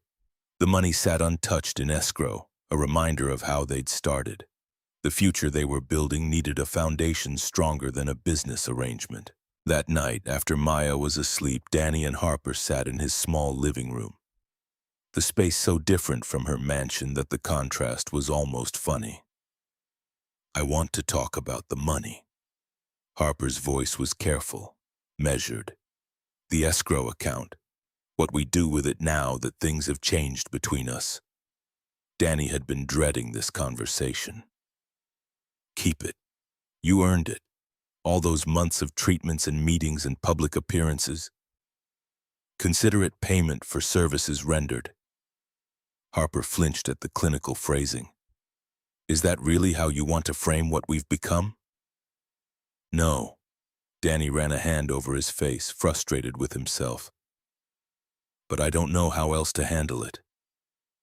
If I take the money now, it feels like I'm being paid for falling in love with you. If I don't take it, I'm breaking our agreement. Either way feels wrong. What if we use it for something else entirely?" Harper leaned forward, animated now. "What if we establish a foundation? Something that helps other people in situations like yours where after Sarah died. Single parents, vocational training, opportunity creation." The suggestion rendered Danny momentarily speechless, not just for the generosity, but for how perfectly it balanced their separate priorities and shared values. The Brooks Ashford Foundation. He tested the name, liking how it sounded. Equal partnership from the start. Harper's smile was radiant. Equal partnership in everything. They talked late into the night, planning a future neither had dared imagine when this started. A foundation that would honor both their legacies. A life built together not on contract terms but on choice and commitment. A family that included Maya fully, openly, with no more pretense about what Harper had become to both of them. As dawn broke over Portland, painting the sky in shades of gold and pink, Danny understood that wrong numbers sometimes led to exactly the right connections. That business arrangements could transform into genuine partnership. That love didn't always arrive in expected packages or follow predictable timelines. Harper fell asleep against his shoulder as sunlight filled the apartment, her breathing deep and even, peaceful in a way he'd rarely seen her. Danny sat with her, watching the city wake up, thinking about Monday votes and press conferences, about Maya's black eye and Cole's betrayal, about all the battles they'd fought to reach this moment of simple, profound peace. The contract would expire in 6 days. But what they'd built would endure far longer, forged in crisis and tempered by trust, an arrangement that had transcended its own terms to become something neither could have anticipated or planned. Something real, something lasting, something that had started with a wrong number and evolved into exactly the right connection. The contract officially expired on a Tuesday, though neither Danny nor Harper acknowledged it. The date passed without ceremony, just another autumn day in Portland with rain washing the streets clean. Danny woke in Harper's guest room at the mansion, the arrangement they'd settled into while Maya stayed with Mrs. Peterson during the school week. Separate rooms, separate spaces, taking things slow despite the intensity of what they'd already been through together. Harper was already awake when he found her in the kitchen, dressed in yoga pants and an oversized sweater, her real hair growing back in short copper curls now that the chemotherapy had ended. She looked healthier than he'd ever seen her, color in her cheeks, light in her eyes. The escrow cleared last night. She poured him coffee, the domestic gesture still carrying a hint of novelty. 1.5 million transferred to the foundation account. Elena's putting together the board of directors. Danny accepted the mug, their fingers brushing. Feels strange, doesn't it? All that money going somewhere neither of us can touch it. That was always the point. Harper's smile was soft, genuine, making something good out of something complicated. They'd been navigating this new territory carefully, two people learning how to be together without the framework of a contract to define their interactions. Some days it felt natural, effortless. Other days the weight of everything they'd been through pressed down, making simple conversations feel fraught with unseen complications. Maya helped, paradoxically. Her presence demanded normalcy, forced them to be parents rather than former employer and employee, lovers rather than business partners. She'd started calling Harper by her first name without the formal Ms. Ashford, treating her like family without needing labels or definitions. The weekend arrived with an invitation that changed everything. Harper's mother, Catherine Ashford Laurent, was flying in from Paris. She wanted to meet the man who'd answered her daughter's desperate call, who'd stayed when others fled, who'd helped Harper survive both cancer and corporate warfare. She's terrifying. Harper admitted this Friday evening as they prepared the mansion for her mother's arrival. Makes Cole look warm and fuzzy by comparison. My father was the approachable parent. Mother is exacting.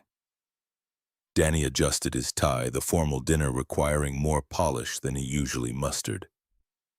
I've faced down racist board members and blackmail attempts. I think I can handle one French socialite. Harper's laugh held genuine nervousness. Don't say I didn't warn you. Catherine Ashford Laurent arrived in a Mercedes, her driver handling luggage while she swept into the mansion with the bearing of minor royalty. She was in her early 60s, elegant in a way that transcended mere fashion. Her silver hair styled in a perfect chignon. Her eyes the same sharp green as Harper's. She embraced her daughter first, speaking rapid French that Danny couldn't follow. Then she turned to him, her assessment thorough and unabashed. So you are the mechanic who saved my daughter's life. Ma'am, I just answered a phone call. Danny extended his hand, which she took briefly, her grip surprisingly strong. Don't be modest, Mr. Carter. Harper has told me everything. The hospital, the arrangement, the press conferences, the foundation. She studied him with the intensity of someone accustomed to reading people's worth in seconds. The question is whether your intentions are as honorable as your actions appear. Mother. Harper's voice carried a warning edge. Danny's intentions are his own business. And mine. Catherine raised an elegant eyebrow. When a man becomes involved with my daughter, his intentions become my business as well, particularly when that daughter is worth several $billion.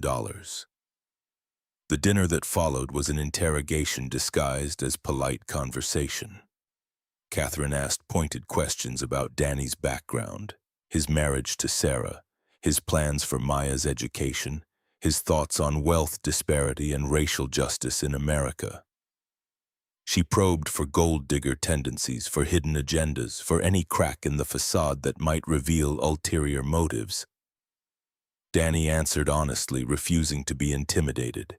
He talked about Sarah's death, about building Brooks Auto from nothing, about the terror of single parenthood and the constant fear of failing his daughter. He spoke about meeting Harper in that hospital room, about the contract that had seemed like salvation and curse in equal measure, about falling in love without meaning to and realizing too late to protect himself. And what happens when the novelty wears off? Catherine's voice was sharp, cutting. When Harper is fully recovered and no longer needs saving? When the foundation is established and you've secured your daughter's future? What keeps you here then? The same thing that brought me to that hospital room at 2 a.m. Danny met her gaze steadily. I show up for people who need me, and somewhere along the way Harper became someone I need too. Something shifted in Catherine's expression, a grudging respect replacing the suspicion. You don't speak like a mechanic. My father was career military, taught me that how you speak matters as much as what you say. Danny allowed himself a small smile. But I am a mechanic, ma'am. That's not going to change because I'm with your daughter. Good. Catherine's approval was minimal but real. Harper needs someone who knows who they are. Too many men in her life have tried to become what they thought she wanted. After dinner, Catherine requested a private conversation with Harper. Danny retreated to the study, giving them space, trying not to wonder what maternal wisdom or warning was being dispensed behind closed doors. An hour later, Harper found him reading, her expression unreadable. "Well?" Danny closed the book, setting it aside. "She likes you." Harper sounded surprised. "Or at least she doesn't hate you. For Mother, that's practically a ringing endorsement." "What did she say? That you're either genuinely in love with me or the best con artist she's ever met?" Harper sat beside him on the leather sofa. "And that if you're the latter, she'll destroy you personally." Danny laughed despite himself. "Noted. Don't con your girlfriend or face maternal annihilation." The word girlfriend hung between them, the first time either had used such a label. It felt simultaneously too casual and too significant, inadequate for what they'd become, but also refreshingly normal. "Is that what we are?" Harper's voice was soft, uncertain in a way she rarely allowed herself to be. "Girlfriend and boyfriend? It sounds so high school. What would you prefer?" "Partner sounds like a law firm. Lover sounds like a soap opera." Danny pulled her closer, feeling her relax against him. "We're just us, Harper. We don't need labels." But Harper shook her head. "I want the label. I want to be your girlfriend, even if it sounds juvenile. I want Maya to introduce me as her dad's girlfriend. I want the world to know this is real, not some extended PR arrangement." The vulnerability in her admission made Danny's chest tighten. "Then that's what you are. My girlfriend. The brilliant, stubborn, terrifying woman I somehow fell in love with." They sat in comfortable silence, the study's fireplace casting dancing shadows on the bookshelves. Outside, Portland's autumn rain continued its steady percussion against the windows. Catherine left Sunday morning with a formal invitation for Thanksgiving at her estate in the Berkshires. She'd scrutinized Danny for 3 days, asked increasingly personal questions, and apparently decided he was acceptable. The invitation extended to Maya, a tacit acknowledgement that Harper's future included Danny's daughter. After Catherine's departure, the mansion felt larger, quieter. Harper had a doctor's appointment Monday, her 3-month checkup to verify the remission was holding. Danny went with her, a routine they'd established that no longer felt obligatory but simply what they did. Dr. Sullivan reviewed the blood work, scans, and test results with her usual efficient thoroughness. Then she looked up, her professional mask softening into something like wonder. "Ms. Ashford, your numbers are exceptional, better than I dared hope. The leukemia shows no signs of return. Your cell counts are normal. For all practical purposes, you're in complete remission." The words took a moment to penetrate. Harper sat very still, her hand finding Danny's and gripping tight. "For how long?" Her voice was barely audible. Dr. Sullivan smiled. "We'll continue monitoring closely, but if you maintain these numbers for another 9 months, we'll consider you cured. Not just in remission, but cured." Harper's composure finally cracked, tears spilling down her cheeks as the weight of months of fear and fighting lifted all at once. Danny pulled her against him, feeling her shake with sobs that were pure relief. Pure joy, the release of terror she'd been carrying since that first diagnosis. In the parking garage afterward, sitting in Danny's truck, Harper couldn't stop crying. Not sad tears, but the overwhelming emotion of someone who'd expected to die and was being told they might actually live. "I was so scared." The admission came between gasping breaths. Every day wondering if this would be the day the cancer came back. If I'd have enough time to fix the company, to make things right, to be with you. You've got time now. Danny held her until the tears subsided, until her breathing steadied. "All the time you need." But Harper pulled back, looking at him with sudden intensity. Do we?"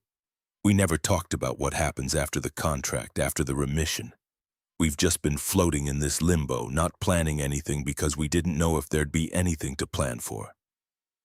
What do you want to plan? Harper wiped her eyes, makeup smeared but expression clear. I want permanence. I want to wake up next to you every morning, not in separate rooms playing at propriety. I want Maya's clothes in my closet and your tools in my garage. I want Thanksgiving with my mother and Christmas with your father. I want normal, Danny. Real, boring, wonderful normal. The future she described was so different from the arrangement they'd started with. So far from that desperate phone call months ago. Danny thought about his cramped apartment, about Brooks Auto and its persistent money troubles, about the life he'd built that was solid but small. Then he thought about Maya's face when Harper helped with her science homework, about Harper's laugh when he taught her to change oil in his truck, about the way she fit against him in the quiet moments, like two puzzle pieces that hadn't known they were incomplete until they connected. I want that too. The words came easily, carrying the weight of certainty. But I need to do something first, something I should have done weeks ago. What? Danny started the truck, pulling out of the garage with purpose. You'll see. He drove to a small jewelry store in northeast Portland, a family-owned place that had been there since the 60s. Harper waited in the truck while he went inside, returning 20 minutes later with a small velvet box. Danny Brooks, what did you do? Harper's voice mixed amusement and anticipation. Something either very right or very stupid. Danny opened the box, revealing a ring he'd custom designed with the jeweler's help. The band was white gold, simple and strong. The stone wasn't a traditional diamond, but a blue sapphire, the exact color of Maya's eyes. And worked into the band in subtle detail was a tiny gear, the symbol of his trade, his foundation, his identity. This isn't a proposal, he rushed to clarify, seeing Harper's eyes widen. Not yet, anyway. This is a promise that when I do propose, it'll be real, not because of a contract or circumstances or gratitude, just because I love you and want to spend my life with you. Harper took the box with trembling hands, studying the ring with something like reverence. It's perfect. The sapphire, the gear. Danny, it's absolutely perfect. Maya helped design it. He admitted this with a slight smile. Turns out my daughter has strong opinions about what kind of ring her future stepmom should have. The word stepmom made Harper's breath catch. She's okay with this? With us? She told me last week that if I didn't marry you soon, she was going to be very disappointed in my intelligence. Danny's smile widened at the memory. Pretty sure she loves you as much as I do. Harper slipped the ring onto her right hand, holding it up to catch the light. When you do propose for real, this moves to the left, but for now I'll wear it as a reminder that someone keeps their promises. They drove to Jefferson Middle School to pick up Maya, who spotted the ring immediately and squealed with delight. The three of them went to dinner at a small Italian restaurant. Nothing fancy, just family time that felt revolutionary in its ordinariness. That night, after Maya was asleep in one of the mansion's guest rooms, Harper and Danny sat on her bedroom balcony overlooking the city. The promise ring caught starlight as she turned it on her finger. I have something to show you. Harper disappeared inside, returning with a folder of documents. I've been working on this with Elena. Didn't want to say anything until it was finalized. Danny opened the folder to find architectural plans and financial projections for Brooks Automotive Academy, a vocational training center that would teach young people the mechanical skills the industry desperately needed. The plans showed a facility 3 times the size of his current shop, with classroom space, modern equipment, and housing for students who needed it. This is incredible. He flipped through the designs, seeing his dream expanded beyond anything he'd imagined. But this would cost millions. $4.2 million to be exact. Harper's voice was matter-of-fact, the Brooks Ashford Foundation's first major initiative. You run the academy, teaching the next generation of mechanics. I fund it, provide the business infrastructure. We do it together. Harper, I can't accept. The protest died as she fixed him with a look that could melt steel. Yes, you can. This isn't charity, Danny. This is investment in you, in your vision, in creating opportunities for kids who might otherwise fall through the cracks. Kids like you were before the military gave your father stability. She wasn't wrong. Danny had been heading down a bad path before his father's discipline and the structure of their military lifestyle straightened him out. How many young people needed that same chance? When do we start? Construction begins in January. First class starts next September. Harper's smile was radiant with excitement. Elena's already screening applications. We've had over 200 kids apply for 20 spots. They talked late into the night, planning curriculum and admission criteria, discussing partnerships with local high schools and community colleges. The foundation was taking shape, becoming real, transforming from concept to concrete impact. As dawn approached, Harper's exhaustion finally caught up with her. The cancer might be beaten, but her body still needed extra rest, still carried the scars of months of brutal treatment. Danny carried her to bed, tucking her in like a child, watching her fall asleep within seconds. He stood there for a long moment, this woman who'd somehow become his entire future, thinking about wrong numbers and right choices and the strange paths life took when you stopped trying to control every outcome. The next morning brought unexpected complications. Tyler Morrison appeared on the local news, giving an interview about his relationship with Harper and his regrets about their breakup. He spoke movingly about watching the woman he loved suffer, about his own failure to be strong enough to support her, about wishing he could have a second chance. It was a masterclass in public rehabilitation, painting himself as a tragic figure who'd made a mistake but learned from it. Social media ate it up, particularly the subset of people who'd never quite bought the narrative of Danny and Harper's romance. Harper's response was swift and brutal. She called a press conference that afternoon, Danny beside her, and addressed Tyler's interview directly. Tyler Morrison is a liar. Her voice was calm, matter-of-fact, carrying more power than if she'd shouted. During my illness, he abandoned me when I needed support. Then he betrayed my trust by recording private moments and providing them to Richard Cole for use in a corporate coup. He's not seeking redemption. He's seeking relevance. She turned to Danny, her expression softening. This man answered a wrong number at 2 in the morning and showed up for a stranger. He stayed through chemotherapy and board meetings and press conferences. He protected me when I was vulnerable and believed in me when others didn't. That's not a paid arrangement. That's love. The moment went viral within hours, clips shared millions of times across platforms. But it also painted a target on their relationship, inviting scrutiny from people determined to find cracks in the facade. Maya bore the brunt of it at school. More whispers, more pointed questions, more kids testing whether the mechanic's daughter would throw another punch. She came home Friday with a note from Principal Morrison requesting a parent-teacher conference. Danny went alone, leaving Harper with Maya. Morrison's office was familiar now, though no less uncomfortable. "Mr. Carter, Maya's not in trouble." Morrison's voice was gentle, almost apologetic. "But I'm concerned about the continued attention she's receiving due to your relationship with Ms. Ashford. Several parents have complained that the media presence around school pickup is disruptive. What are you asking me to do?" Danny kept his voice level, though anger simmered beneath. Morrison hesitated. "Have you considered private school?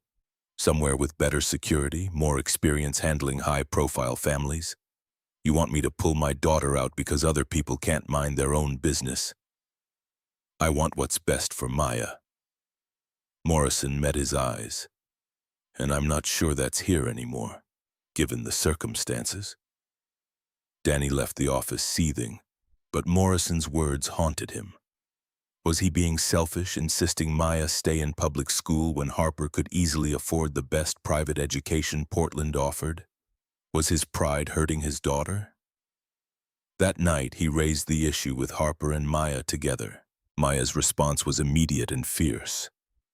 "I don't want to go to some fancy school where everyone's rich and perfect." Her voice cracked with emotion. "My friends are at Jefferson, my robotics team, Ms. Chen who lets me help with the science club. I don't care if some kids are mean. There are mean kids everywhere.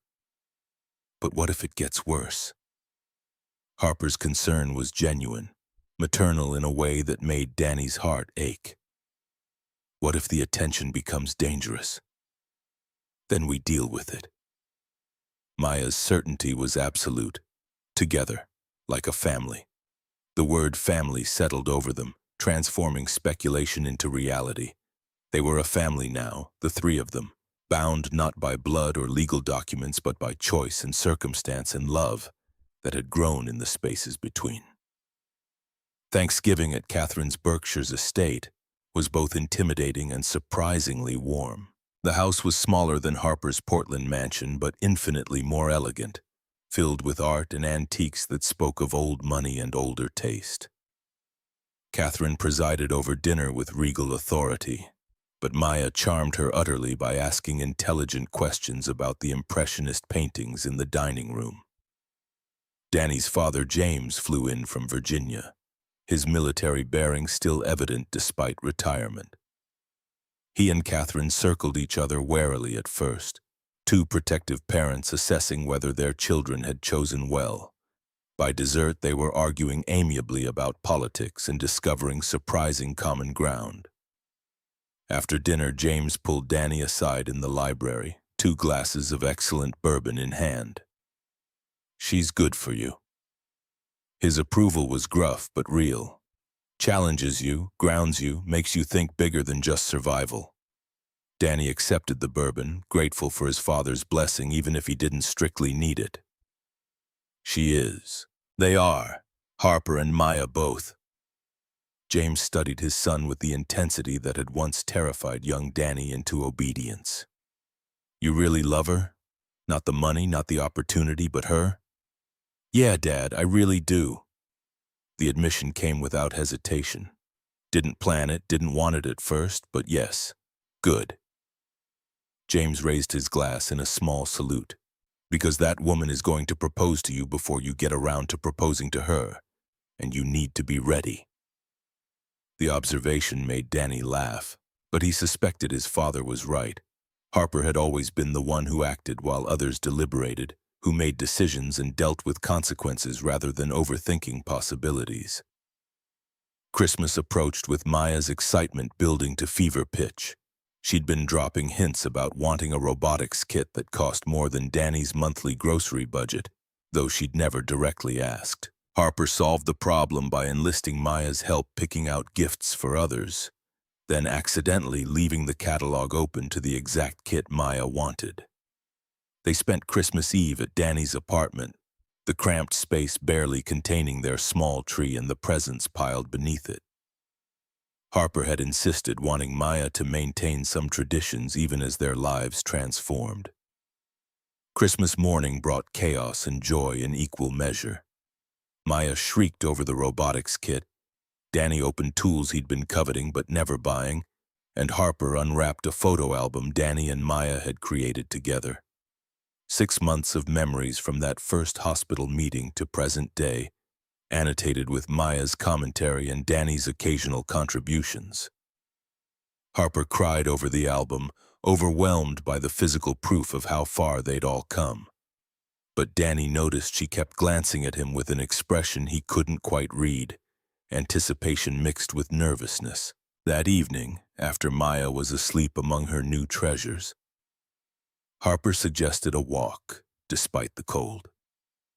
They bundled up and headed to Laurelhurst Park, empty except for a few hardy dog walkers. "I need to ask you something." Harper stopped beneath a streetlight, her breath misting in the winter air. Danny waited, sensing the importance of whatever came next.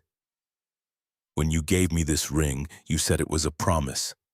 that when you proposed for real it would be because you loved me, not because of circumstances or contracts.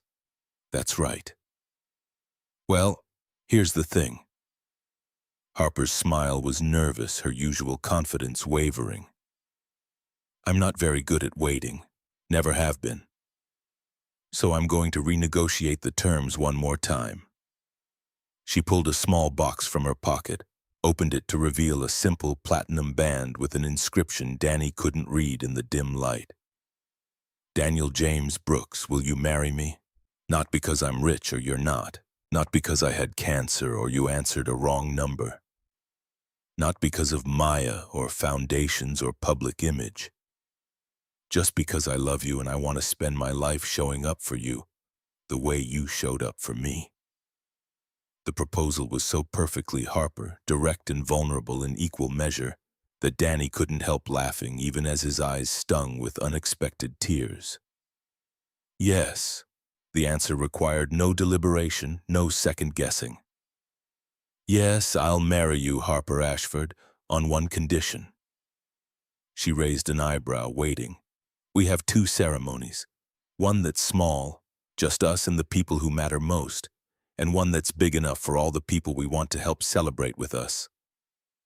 Harper's laugh was pure relief and joy. Deal. She slipped the ring onto his finger, the inscription now visible.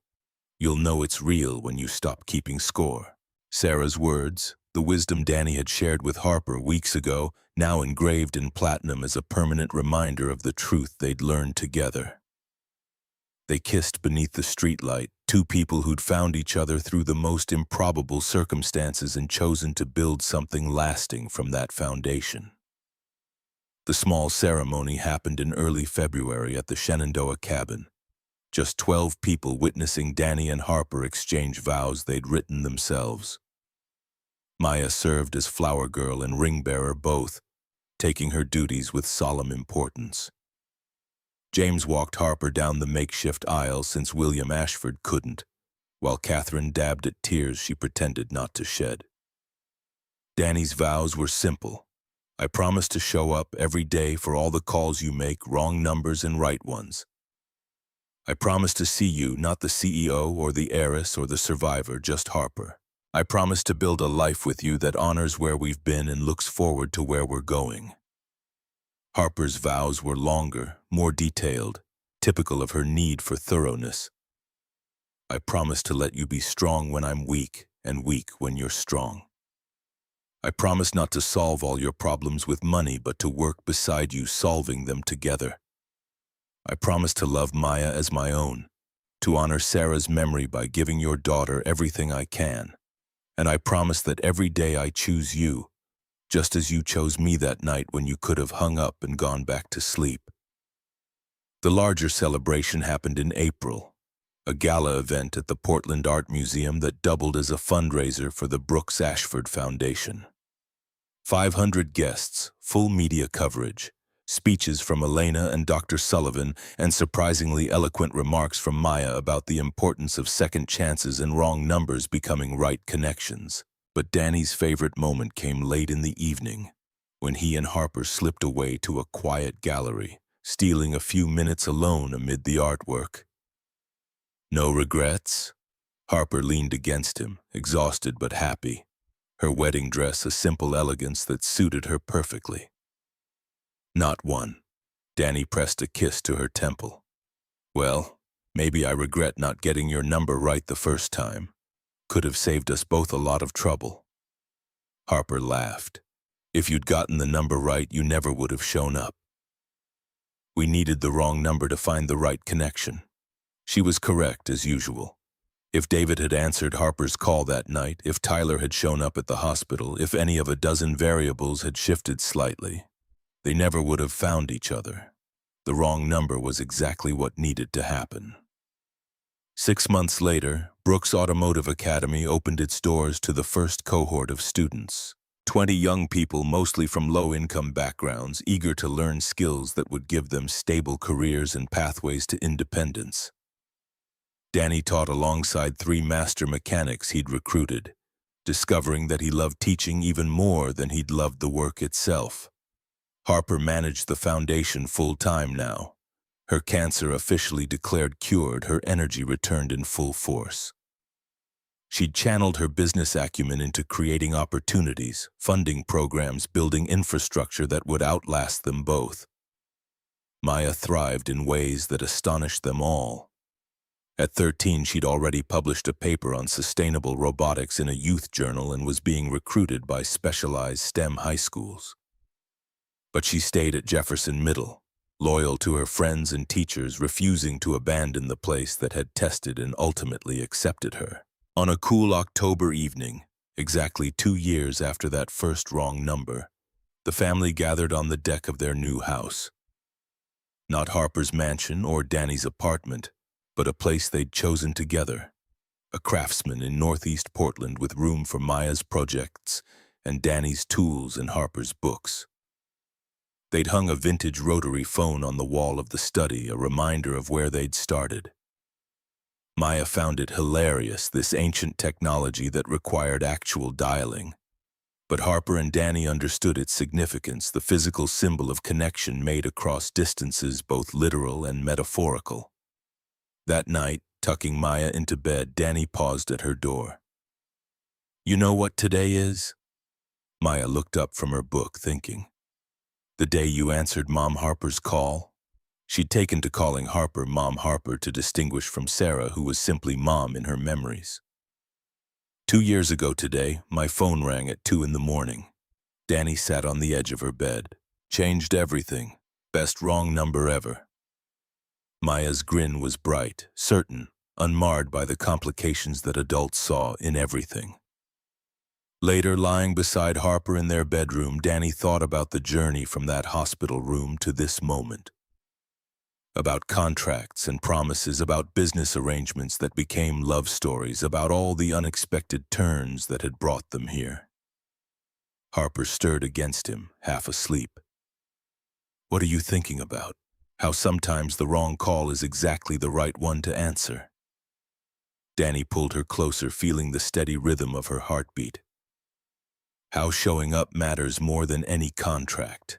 How heroes don't wear capes, just work boots and keep their promises."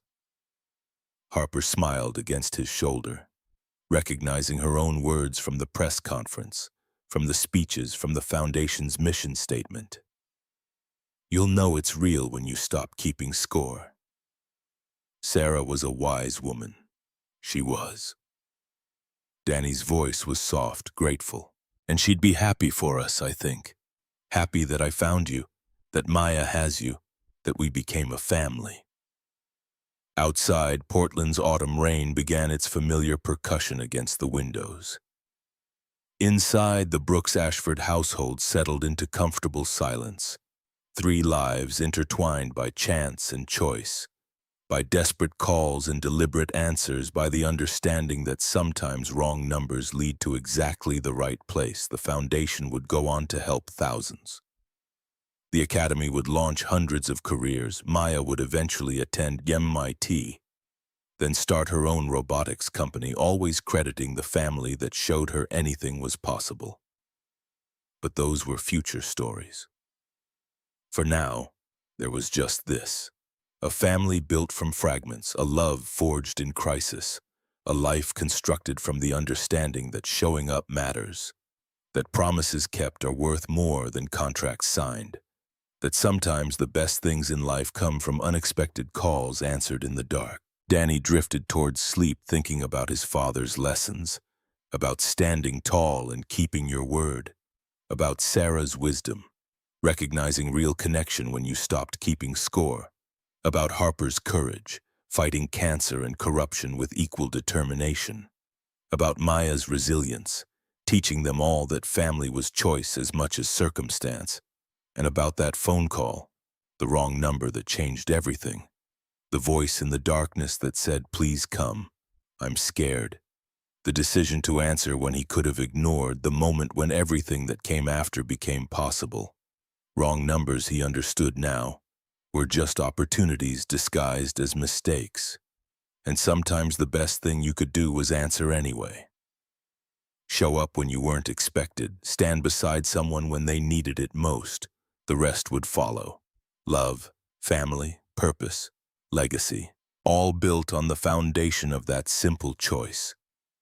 To answer when someone called, even when they called the wrong number, even when you had every reason to hang up and go back to sleep, because you never knew when a wrong number might be exactly right.